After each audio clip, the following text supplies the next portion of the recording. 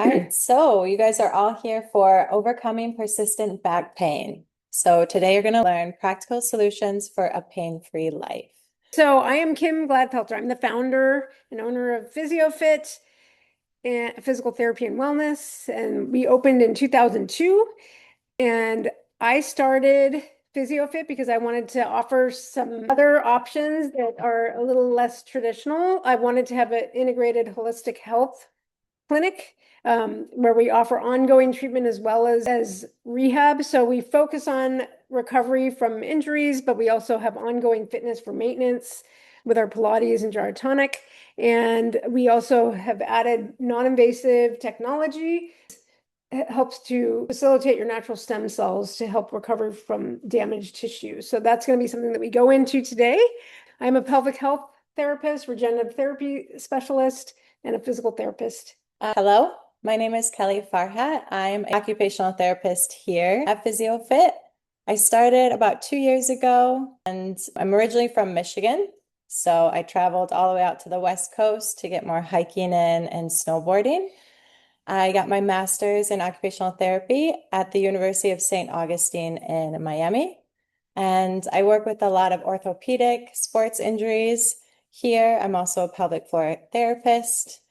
I am certified in Pilates for rehabilitation, as well as regenerative shockwave therapy. And I work a lot with the active aging and healthy longevity patients. A big passion of mine is balance, mobility, and fall prevention. So this workshop is perfect for those eager to stay active and keep doing the things that they love to do without relying on pain medications around the clock, injections, or surgery. So understanding chronic lower back pain. We are going to go over facts and anatomy, common back pain causes, treatment options that we offer here at PhysioFit, and how PT/OT can help along your journey in this life. And I have a little fun quiz for you guys. So which of these is most likely to help prevent recurrent back pain? First option is having a strong core only. Second option, maintaining regular physical activity, wearing a brace all of the time, or stretching your hamstrings every day. So what color do you guys think is most beneficial for helping to prevent recurrent back pain? All right, so the answer is maintaining regular physical activity throughout the week. So just a little bit a day can really help keep your body in alignment, bring awareness to what muscles are a little bit weak or not as strong. And I also agree with you, checking in with your core, very important. Key facts about back pain and sciatica. About 80% of adults will experience low back pain at some point in their lifetime, and many will experience reoccurring episodes. Back pain is one of the leading causes of disability worldwide, affecting people's ability to work, exercise, and participate in daily activities. 619 million people are affected by low back pain worldwide, and about 39–40% of back pain disability is tied to modifiable factors like weight, smoking, and work strain. So think repetitive movements and how the body is taking load throughout the day. Top causes of back pain and sciatica: staying postures and movement patterns throughout the day, muscle strength, mobility, and imbalances, repetitive strains and overuse, nerve irritation or sensitivity, abdominal and pelvic changes, stress and muscle tension. So we want to hear from you guys again. What triggers your back pain? Have we identified movement patterns that may trigger your back pain? Sometimes it's just a matter of having the right guidance because depending on what you have going on with your back, there may be some exercises that are good for someone with back pain. It could be even in the same place, but then another person, based on the pathology, it's the wrong exercise. So having that guidance so that you can move to some degree is helpful. In today's presentation, you'll learn a little bit more techniques and tools that you can add to help take that pain down. All right, so we'll go right into anatomy. This is our spine. So we have C1 through C7, which is your neck vertebrae. We have T1 through T12, which is your mid back. And we have L1 through L5, which is your lower back. Okay. Some common symptoms of pain in your cervical spine could be neck pain and stiffness, headaches, especially like tension headaches, shoulder and upper trap discomfort, pain, numbness, tingling down your arms, hands, and reduced neck mobility. So being able to turn and look at someone across the street, or when you're driving, turn all the way to see a car behind you. Your mid-back.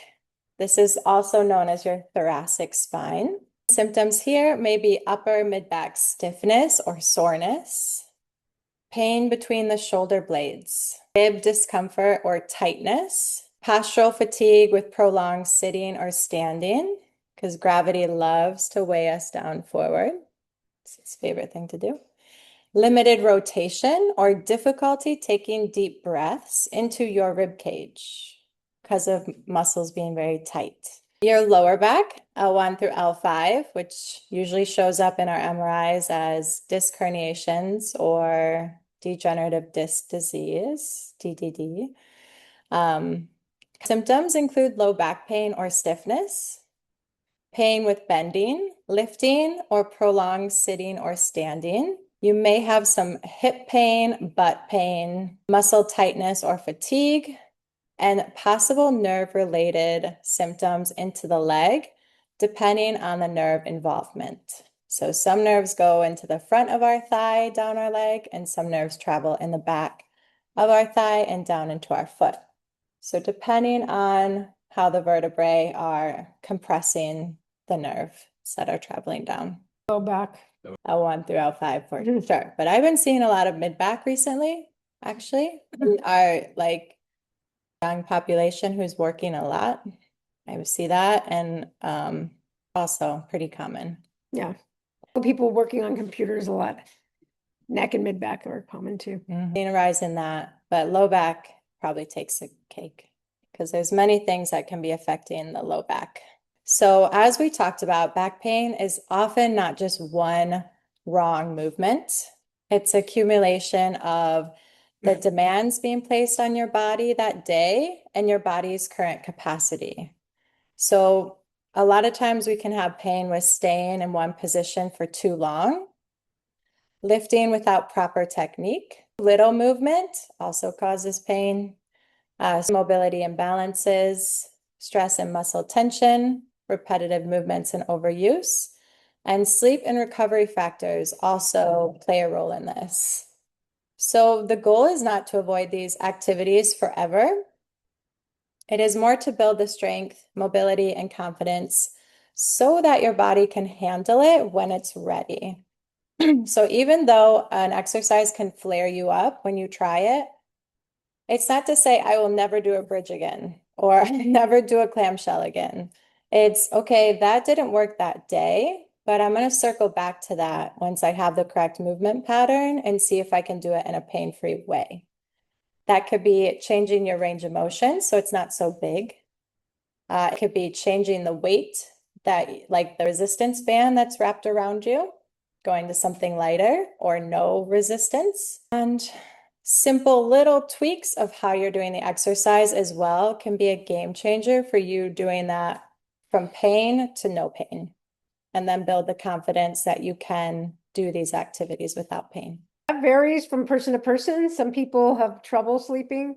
Some people get more inflammation as they're not moving at night and they get more inflamed.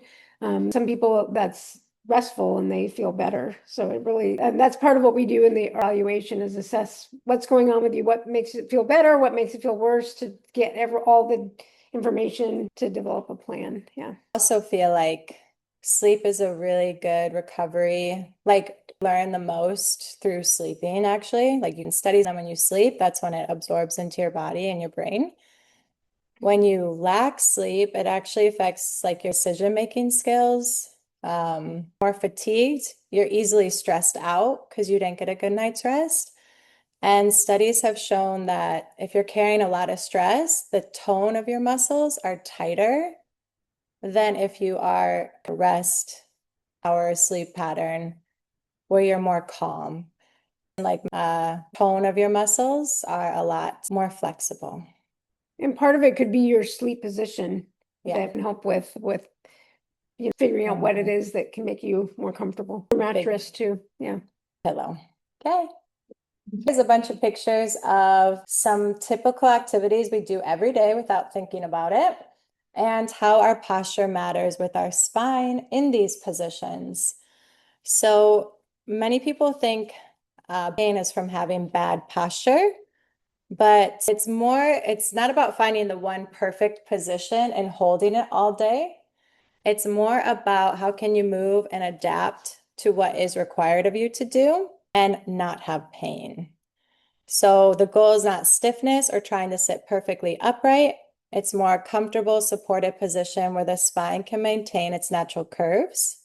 The feet are supported, the shoulders are relaxed, and we can breathe and move easily. So the guy on the left here, he's very upright compared to the man who has more rounded shoulders, forward head posture, head slightly forward of the spine, more arched in his back.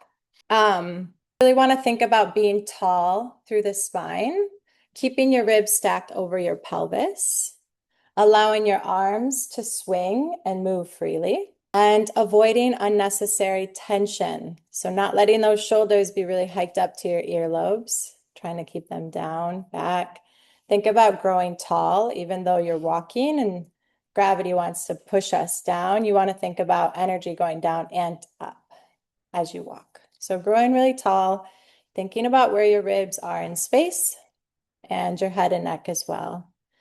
So this is a practice, and small changes throughout the day, like changing positions, taking movement breaks, and strengthening the muscles that support you can make a really big difference. And then how many of you have caught yourself sitting in this exact same position for an hour or more? Do you guys ever take note of how you are sitting and working on your computer?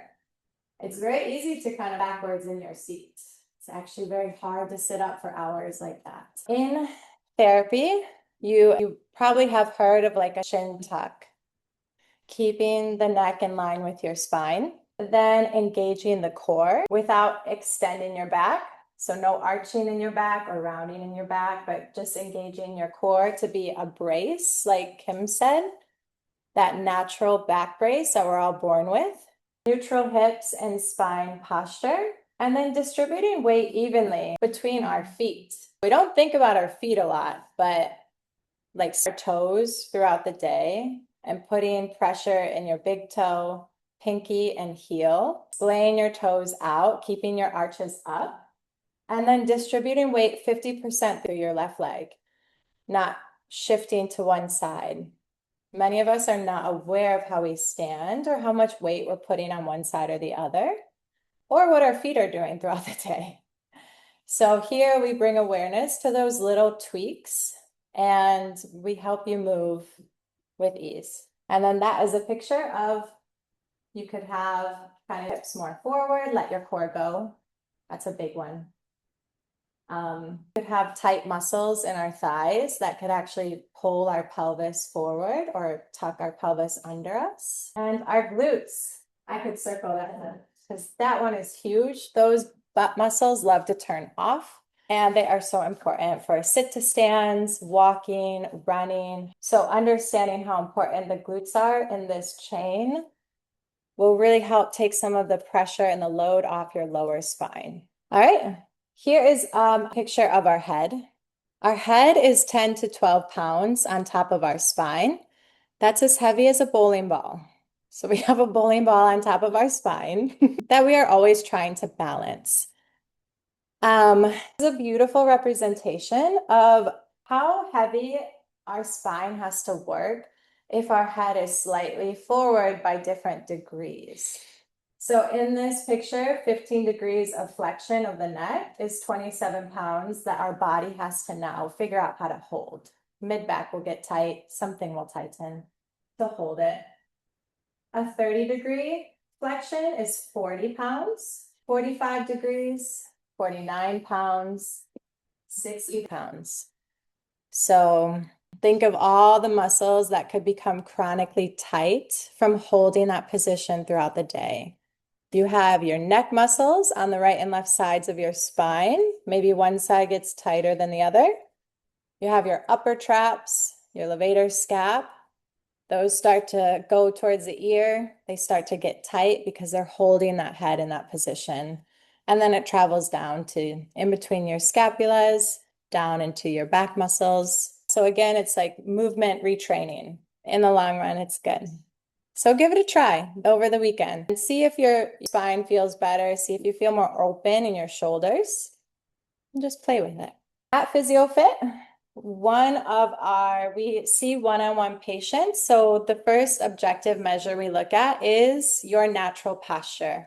How do you stand throughout the day just naturally as if no one was watching you? So we are looking at your spine. We are looking at, sorry, your hip alignment, your knee alignment, your feet, your arches, your upper back, your neck, your head. We are looking at all of these parts so we can put our picture together of what muscles should we stretch, what muscles may we need to strengthen, and kind of do back as close to this plumb line as possible. Ideally, if we were to draw a straight line through the human body, we would want the earlobes over the shoulder, over your hips, slightly behind your knee, and then slightly in front of your ankle bone or knee over ankle. So think about that next time you look in the mirror. Where is my earlobe compared to my shoulder? How can I get it there? Then we have life's natural transitions. So I will just briefly discuss this. During pregnancy can pull us out of alignment. Women go through hormonal changes, reduce joint and soft tissue flexibility, and it also affects our hips, our knees, and our ankles. So we get this beautiful hormone called relaxin, which softens our ligaments and reduces our joint stability. So it's hard to keep our pelvis and our spine neutral. Ligament laxity, a growing uterus. So as the baby develops and gets bigger, it's pulling our center of gravity off. So now our spine is arching more, kind of pushing out the belly as the baby's growing. So it's shifting our center of gravity forward, which increases the stress on our low back.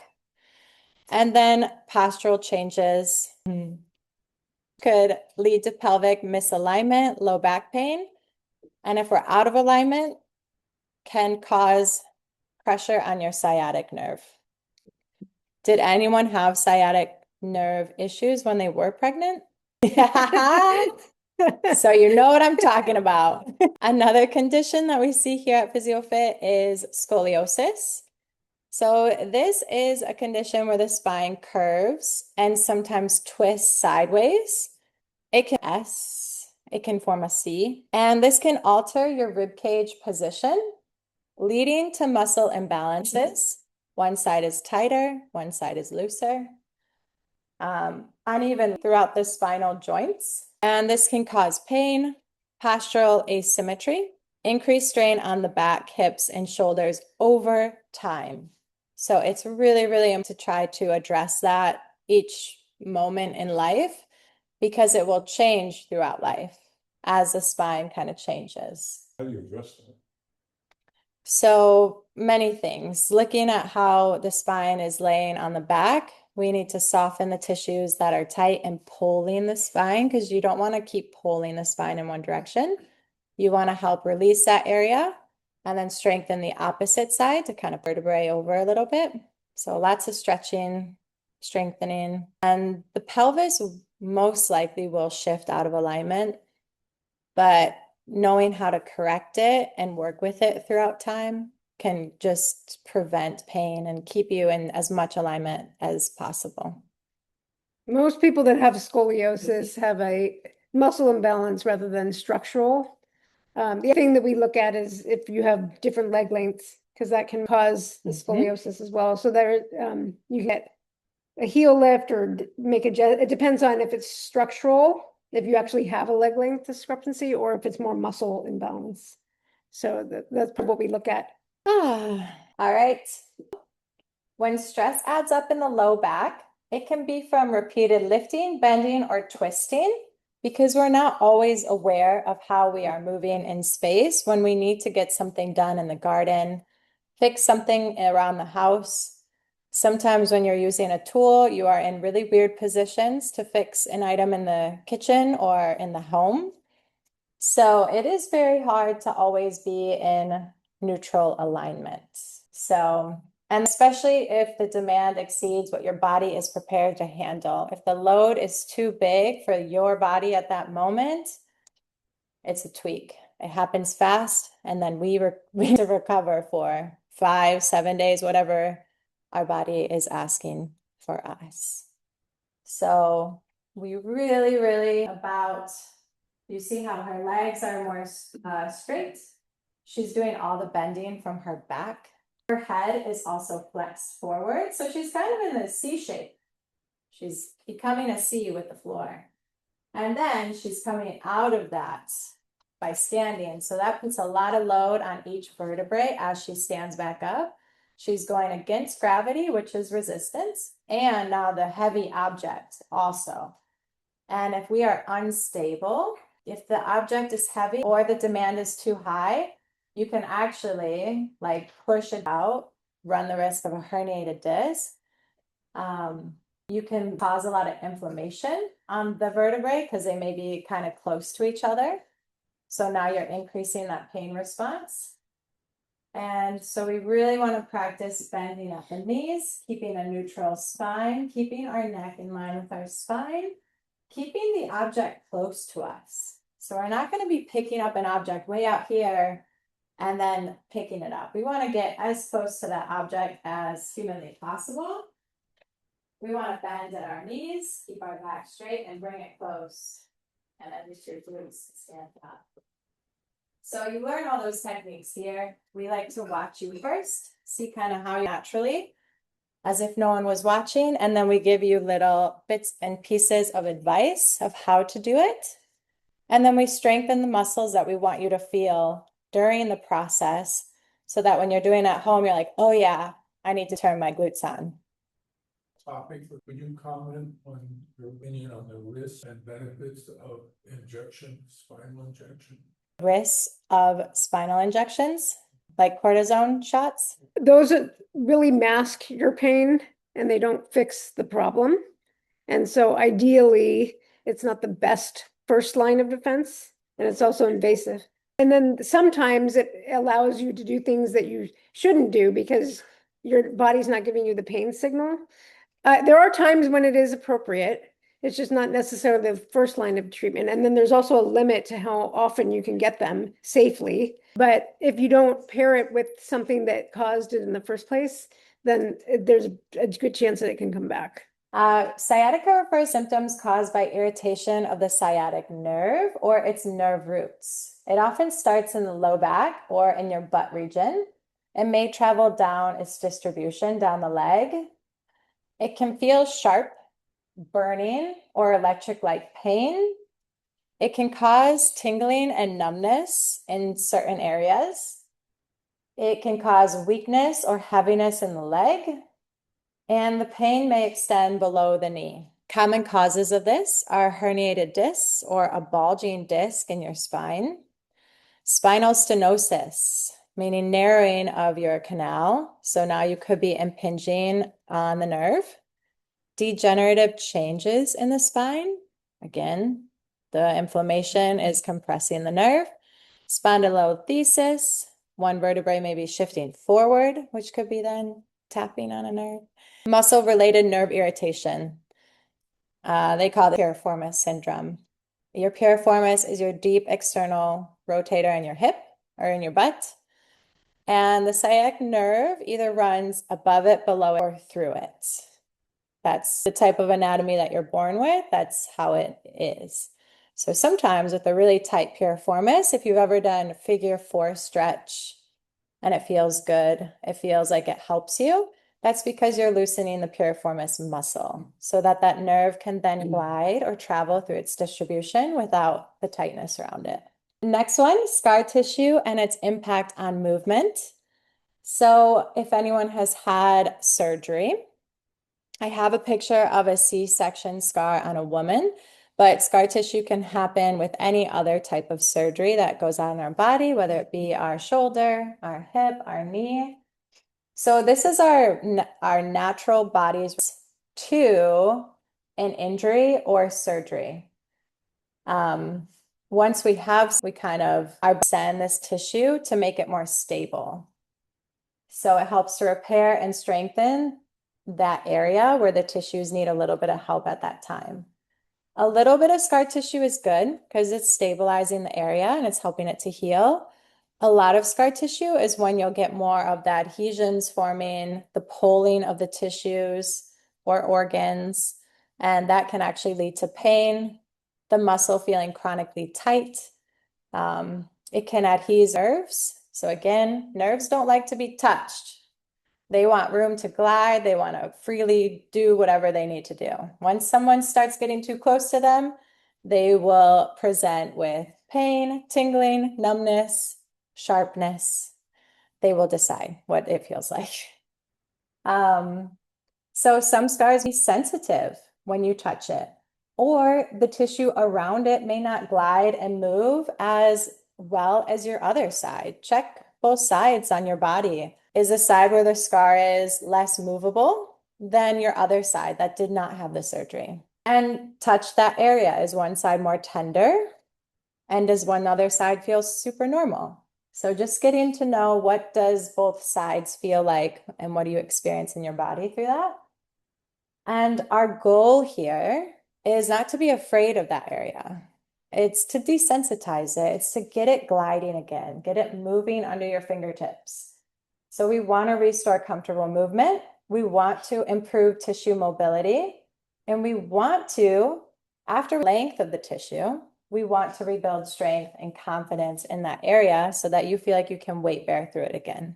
Just so you're aware, a lot of times people don't realize that scar tissue in an area, you could have back pain from abdominal surgery that you had in the past. That could be a contributing factor. I've seen people that we release that 20 years later after their surgery and it helps their chronic back pain. So those are some things that often get overlooked. Any scar tissue that's near your back, surrounding, and the abdominal area is one common area that people don't really necessarily associate as a factor of why you have back pain.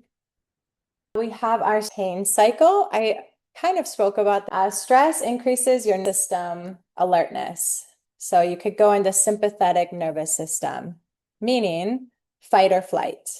A little bit more anxious, a little bit more heightened, ready to react, holding tension, which causes more tension and sensitivity in your body. If you have, our natural inclination is to stop moving. Less movement, which then reduces our strength pretty quickly within a few days, and our confidence for movement. Less movement and more stress, we now have increased sensitivity and more pain. We also may have more anticipatory pain, meaning if someone gets near that area or you go to do a squat or something that in the past has been painful, you start to panic when you're doing it and you're like, oh, I can't do that because I'm going to elicit pain.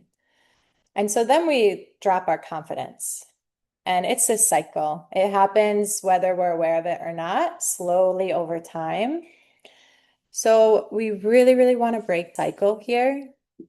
And we want you guys to be moving regularly, gradually building strength, practicing your breathing and relaxation techniques, prioritizing your sleep and recovery, and staying connected to the activities that you truly enjoy. All right.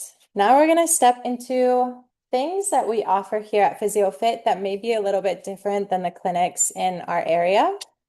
And if you guys have any questions, please feel free to raise your hand and let us know. Here at PhysioFit, we have customizable treatment plans, one-on-one with a therapist. Could be a physical therapist and an occupational therapist. We also have therapeutic Pilates. Reformers are great. And our instructors specifically specialize in working with people that need modifications, need more guidance.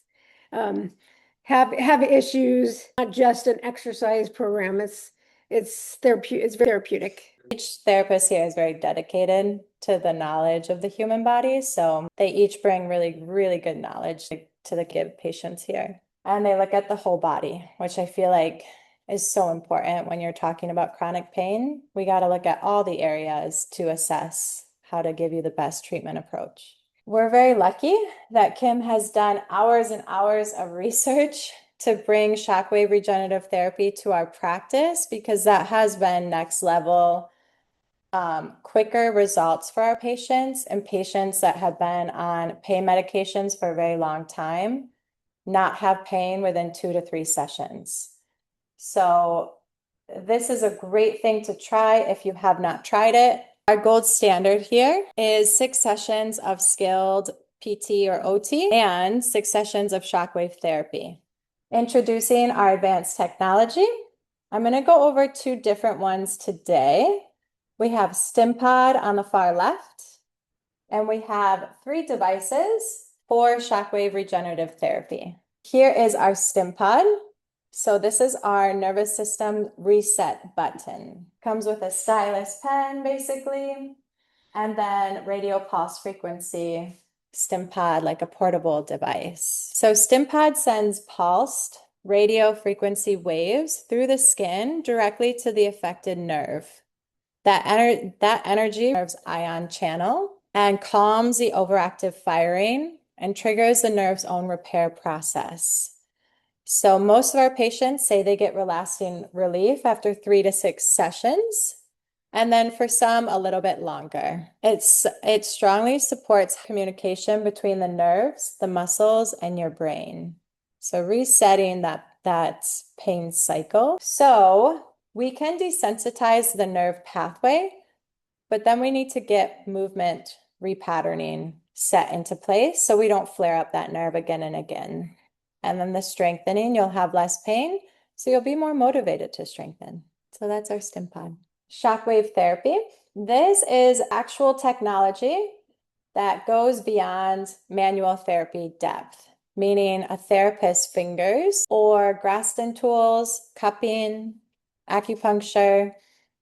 It delivers mechanical stimulation to muscles, tendons, and bones.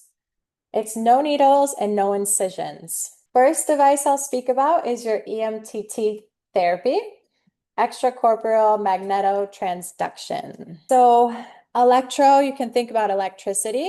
We are built with our nerves. We have a ton coming here and a ton going through our hips. So it's helping with the signaling from brain to nerve health to make sure the sensory is regulated and the motor function is working optimally. Magnetic is the magnetism of the cell health. So our cells have pluses and minuses. A healthy cell has like a magnetism that allows nutrients to come in and toxins to be removed at a really nice flow rate. An unhealthy cell, the pluses and minuses are a little bit messed up. So the toxins stay put in a cell and the nutrients can't go in. So it just kind of like goes around it, into it. And then the toxins have a really hard time to get out. So you're in this pain cycle. So EMTT just goes very deep into your tissues to start that healing process. The only thing that's not approved for is the brain. However, in Germany, where it's based out of, they are doing studies with these devices for Parkinson's. They actually are on the brain. It is not FDA approved here in America yet, but I hope one day. So they're doing a lot with anxiety, depression, Alzheimer's is a big thing they're trying to work on right now. So I think really good studies are being done for the future for our population. And they're seeing good results with it too, so far. So yep. And they're heavily studied and research equipment. So you will find a lot of studies on MedBridge or any scientific articles with the outcomes for using these devices for the certain conditions that you're looking into. And specifically the devices that we have here are very well researched. Yeah, they're very precise. So EMTT also boosts blood flow to the treated area, which speeds up the healing even more. Everyone wants to heal as quickly as possible. That's why these devices are quite wonderful. It targets well for any joint in your body, like I spoke about, your deep muscle tissue and nerve-rich areas. Think about your shoulders and your hips. The takeaway helps reach deeper layers that are hard to treat with hands or surface therapies. Finally, something that can go in deep enough to address things that have gone on for 20 plus years. No more, it's been a year, we can't do anything about it. We actually can now. Radio pulse wave is the second device that we use with you guys and everyone. It helps you, improves your blood circulation, supports natural healing, like your own stem cells to heal your body. It immediately turns off your pain nociceptors. Like in the beginning, it's sensitive, and then it turns those pain nociceptors off and helps with mobility of the tissue so that you get more length in the tissue so you can stretch it better. You can contract it better because it has a longer lever to then contract, relax, contract, relax. Tissue repair, kind of getting all the to come back together to be stronger and healthier, and helps loosen tight, stiff tissue. Also helps to kind of recycle all in the scar. So moving those calcifications out and detoxing them out of our body. Focus Shockwave is our third device. This is acoustic sound waves that go deep into the tissue to also help with healing. So there's a lot of inflammation around our spine where the nerve travels. It also affects different muscles along its pathway. So this is really good at desensitizing the area to, one, take away the tightness, two, desensitize the nerve, three, get more tissue mobility so that you feel like you can find some symmetry within your body. It can be used on tissue as well as bones, and it does promote long-term recovery, depending on the case. You can do it before surgery as a way to condition the body to get it ready for surgery and have better outcomes quicker because your body is already ready for the healing. And you can do it after to help with all the inflammation, the swelling, to move things around to get results quicker. Back to walking, full range of motion. And there's some people it helps them to avoid surgery. It just depends on what. So in the US, even though it's been around, a lot of people are just hearing about it, so they think it's new, but it's actually been technology that's been around for 30 years. And in the US, 2017. But the insurance carriers do not recognize it as something that they cover for. It's a little discomfort because if we provoke that a little bit, that helps the outcome and it helps to shorten the number of visits. But we do it within your range of comfort. Some people are more sensitive than others. We usually try to, it depends on the area we're doing, how sensitive, what level we bring it. For most areas, it would be getting to your 3 to 5 out of 10, and that's your subjective 3 to comfort 5. level. Let's see. Here, because of 55 minutes, we can use a lot of pulses. You guys don't know what pulses mean, but if you own the equipment, you pay per pulse. And a lot of places, you may get Shockwave for 10 minutes or 15 minutes, meaning you're not getting that many pulses. Here we have 55 minutes, so we use the full therapeutic dosage on each of our patients. So I know I've had Shockwave elsewhere, and then they come to us and they're like, it's a whole different experience, and I actually feel less pain. So that is what makes us different. And also if they have different kind of equipment, because the quality of the equipment is also a big factor too. It's a mix. So it could be the comprehensiveness of their training on it, because not everybody that gets machines gets the training. It could be time they're spending, the number of devices that are needed, because usually when you have something chronic, just one device alone they do different things. So they complement each other to help the injury overall. We focus on one region because that's if we try to too many different areas at the same time, then we're going to dilute the outcome. So the fact that we use 3 different devices doesn't mean that we use different devices in different areas. They do different things in the same area to support the healing in that area. So if we tried to do it to too many areas, your body's trying to heal in too many areas, and it's not going to have energy and concentrated enough in the area that you want to focus on. So some people, if they have more than one area, they focus on one first, and then they like the results, and then they come for another area. If the areas are very close to each other, like hip and back, that can be a lot of times integrated. So it depends on the situation to some degree. All right, how this can save you time and money in the long scheme, if you really take a bird's eye view and step back and look at how much value Shockwave is on your life, you're going to see that it's actual healing happening, not just symptom relief.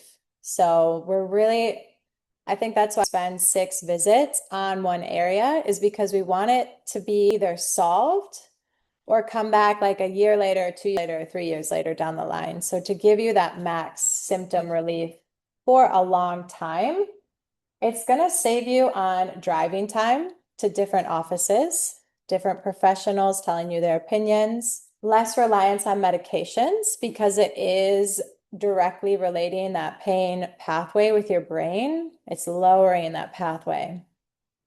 It helps to avoid injections and or surgery in the long run.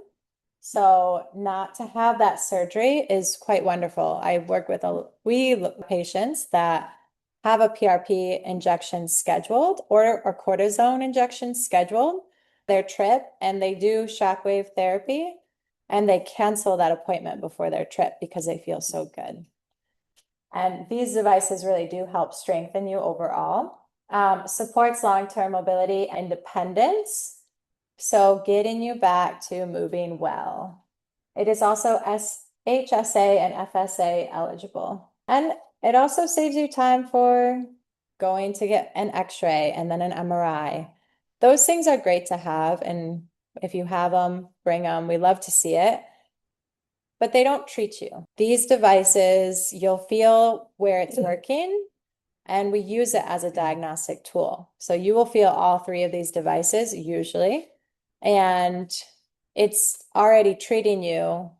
And also, just as for the MRI, sometimes when people get an MRI, it doesn't necessarily relate to why they have their pain. Just because you have something, most people, as they get older, you get an MRI and something will show up on MRI. It doesn't always relate to why you have your symptoms. The nice thing about this technology is that it's in real time. We're moving it around where we find. Sometimes we'll move it around and they'll say, "Oh yeah, I feel that pain shoots down my leg," and we're using it in the back. And so then it's a confirmation. Oh, okay, that is related. There's in my back that's causing that pain that goes down to my hip or my back. So that's really good information to be able to have that diagnostic reference in real time to get to the root cause and address that area well. It's kind of like a in real time MRI in a way. Yes.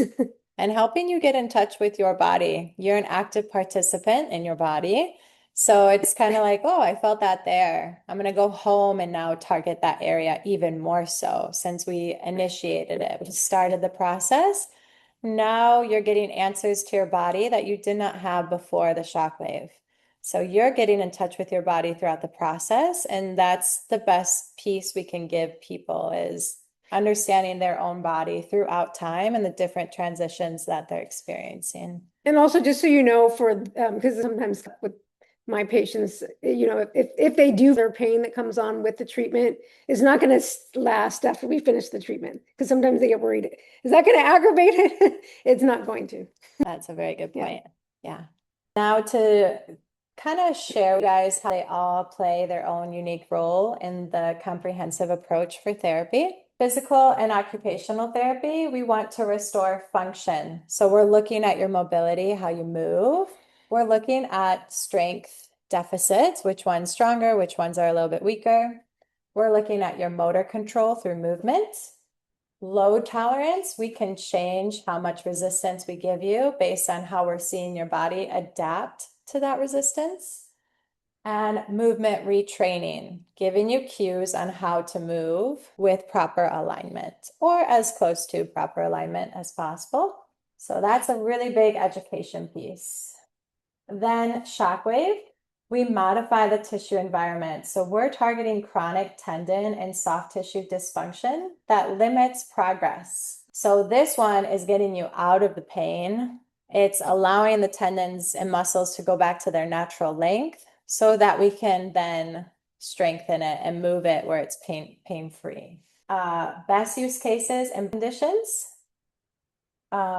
We love to use for when pain persists despite consistent rehab. So if you've been to PT, OT clinics and nothing is helping your pain, this is a really good approach to try. We have a lot of people in that category that have had physical therapy in the past.